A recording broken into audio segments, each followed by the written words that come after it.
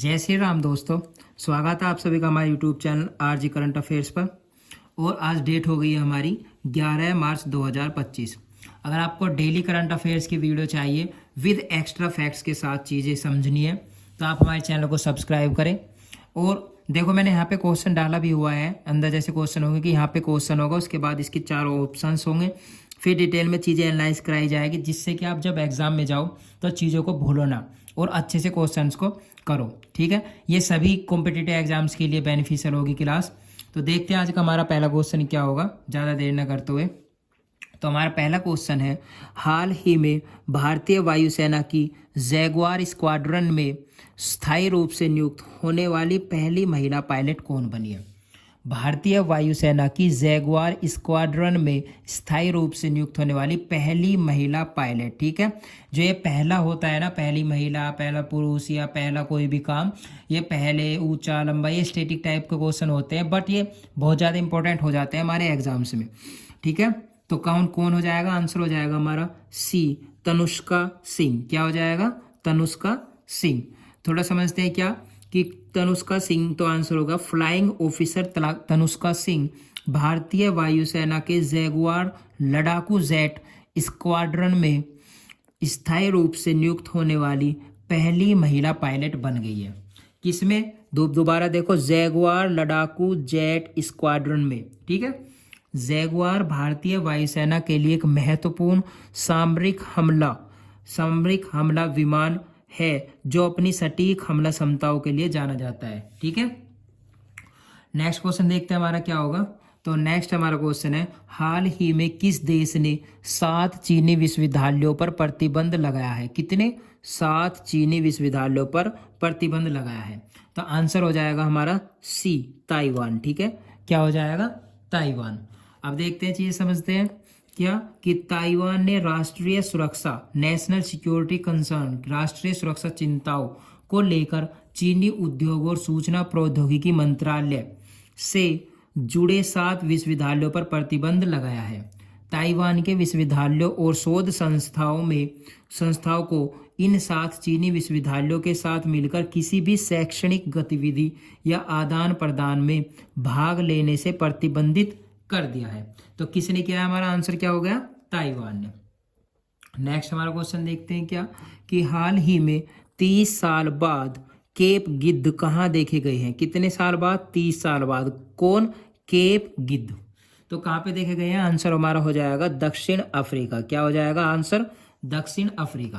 तो दक्षिण अफ्रीका के पूर्वी केप प्रांत में माउंटेन जेब्रा नेशनल पार्क, क्या? माउंटेन जेब्रा नेशनल पार्क के बाहर सिर्फ 40 किलोमीटर दूर एक खेत में 85 जंगली केप गिद्ध देखे गए हैं, जो 30 से ज्यादा सालों में पहली बार देखा गया है।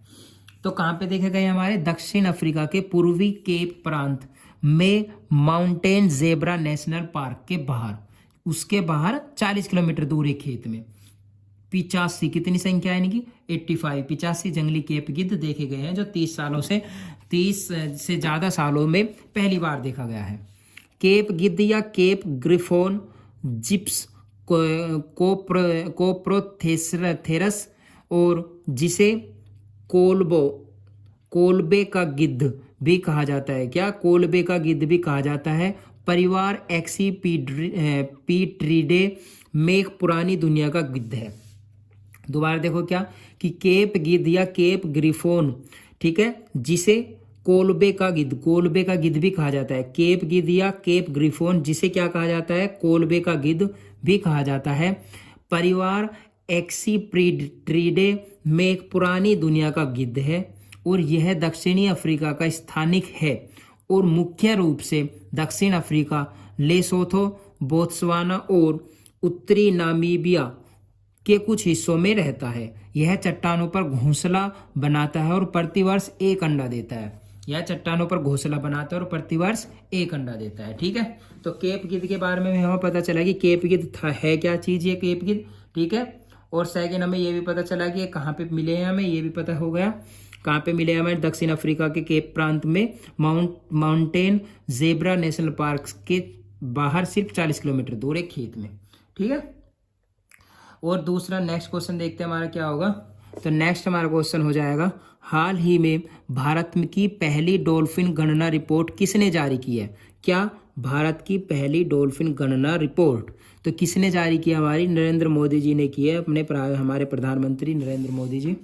तो प्रधानमंत्री नरेंद्र मोदी ने गुजरात के गिर नेशनल पार्क में राष्ट्रीय वन्यजीव बोर्ड की 7वीं बैठक की अध्यक्षता की। किसकी अध्यक्षता की? राष्ट्रीय वन्यजीव बोर्ड की 7वीं बैठक की अध्यक्षता की। इस दौरान उन्होंने देश की पहली नदी डॉल्फिन गणना रिपोर्ट जारी की है। रिपोर्ट के अनुसार भारत में कुल 6327 कितनी 6327 नदी डॉल्फिन है। इसमें 8 राज्यों की 28 नदियों का सर्वेक्षण किया गया है, जिसमें 8500 किलोमीटर से अधिक क्षेत्र को कवर किया गया। उत्तर प्रदेश में सबसे अधिक डॉल्फिन दर्ज की गई है। इसके बाद बिहार, पश्चिम बंगाल और असम का स्थान रहा। देखो, डिटेल में पढ़ने का यही एक फायदा होता है हमारा, क्या कि यहाँ पर हमें ये भी पता चला गया कि ये तो है ही कि पहली जो रिपोर्ट हुई है गणना डॉल्फिन की, वो कहाँ पे हमारे कहाँ पे किसने की है, जारी किसने की है? नरेंद्र मोदी जी ने की है। बट डिटेल में मैंने पढ़ा तो क्या पता चला हमें कि कितनी है जो डॉल्फिन की हमने गणना की है, कितनी गिनती में कितनी है, मतलब काउंटिंग कितनी हुई है, तो 6327 हुई है। और दूसरा कि सबसे ज्यादा कौन से राज्य में है? तो सबसे ज्यादा उत्तर प्रदेश में सबसे ज्यादा है। क्वेश्चन ये भी आ सकता है कि सबसे ज्यादा डॉल्फिन कौन से राज्य में है? तो किसमें है? उत्तर प्रदेश में। और इनकी संख्या कितनी है? 6327। ठीक है, नेक्स्ट क्वेश्चन देखते हैं हमारा क्या होगा। तो नेक्स्ट हमारा क्वेश्चन हो जाएगा कि हाल ही में यमांडू ओरसी ने किस देश के राष्ट्रपति के रूप में शपथ ली है? क्या यमांडू ओरसी ने किस देश के राष्ट्रपति के रूप में शपथ ली है? तो क्या हो जाएगा आंसर हमारा? उरुग्वे। क्या? उरुग्वे हमारा सी आंसर हो जाएगा, उरुग्वे। और हाल ही में यमांडू ओरसी ने दक्षिण अमेरिकी देश उरुग्वे के नए राष्ट्रपति के रूप में शपथ ली है। यह देश के निर्वर्तमान रूढ़िवादी राष्ट्रपति लुइस लेकेले पोउ द्वारा 5 साल के व्यवधान के बाद उरुग्वे के ब्रांड फ्रंट की वापसी का प्रतीक है। ठीक है, नेक्स्ट क्वेश्चन देखते हैं हमारा क्या होगा। तो नेक्स्ट हमारा क्वेश्चन है कि हाल ही में 300 वनडे खेलने वाले 7वें भारतीय क्रिकेटर कौन बन गए हैं? 300 वनडे खेलने वाले 7वें भारतीय क्रिकेटर कौन बन गए हैं? तो आंसर हो जाएगा हमारा बी, विराट कोहली। क्या हो जाएगा आंसर? बी, विराट कोहली। हाल ही में विराट कोहली ने न्यूजीलैंड के खिलाफ अपना 300वां वनडे मैच ODI खेला। ठीक है, और इसी के साथ वह 300 वनडे खेलने वाले 7वें भारतीय क्रिकेटर और दुनिया के 22वें क्रिकेटर बन गए हैं। भारत के कौन से 7वें और दुनिया के कौन से 22वें क्रिकेटर? इस सूची में भारतीय सचिन तेंदुलकर 463 वनडे, महेंद्र सिंह धोनी 347 वनडे और राहुल द्रविड़ 340 वनडे। ठीक है, और मोहम्मद अजरुद्दीन 334 वनडे और सौरव गांगुली 308 वनडे और युवराज सिंह ने किनसे 301 वनडे। ठीक है, तो हाल ही में तो आया आपके क्वेश्चन समझ में क्या कि सबसे 7वीं सूची में 7वें नंबर पर कौन आ गए हमारे? 300 वनडे खेलने वाले 7वें भारतीय क्रिकेटर कौन हो गए हमारे? विराट कोहली। और दुनिया के 22वें कौन से नंबर आ गया इनका? 22वां। ठीक है, नेक्स्ट क्वेश्चन देखते हैं हमारा क्या होगा। तो नेक्स्ट हमारा और लास्ट आज का क्वेश्चन क्या हो जाएगा देखते हैं हम। तो नेक्स्ट है हमारा कि हाल ही में किसने T-90 टैंकों का लाइव फायरिंग अभ्यास पूरा किया है? किसका? T-90 टैंकों का लाइव फायरिंग अभ्यास। आंसर हो जाएगा हमारा सी, भारतीय सेना, इंडियन आर्मी। ठीक है, तो सिक्किम और सिलीगुड़ी कॉरिडोर की रक्षा के लिए जिम्मेदार भारतीय सेना की त्रिशक्ति कोर ने T-90 टैंकों की मदद से 1 महीने तक चलने वाला लाइव फायरिंग अभ्यास सफलतापूर्वक पूरा किया है।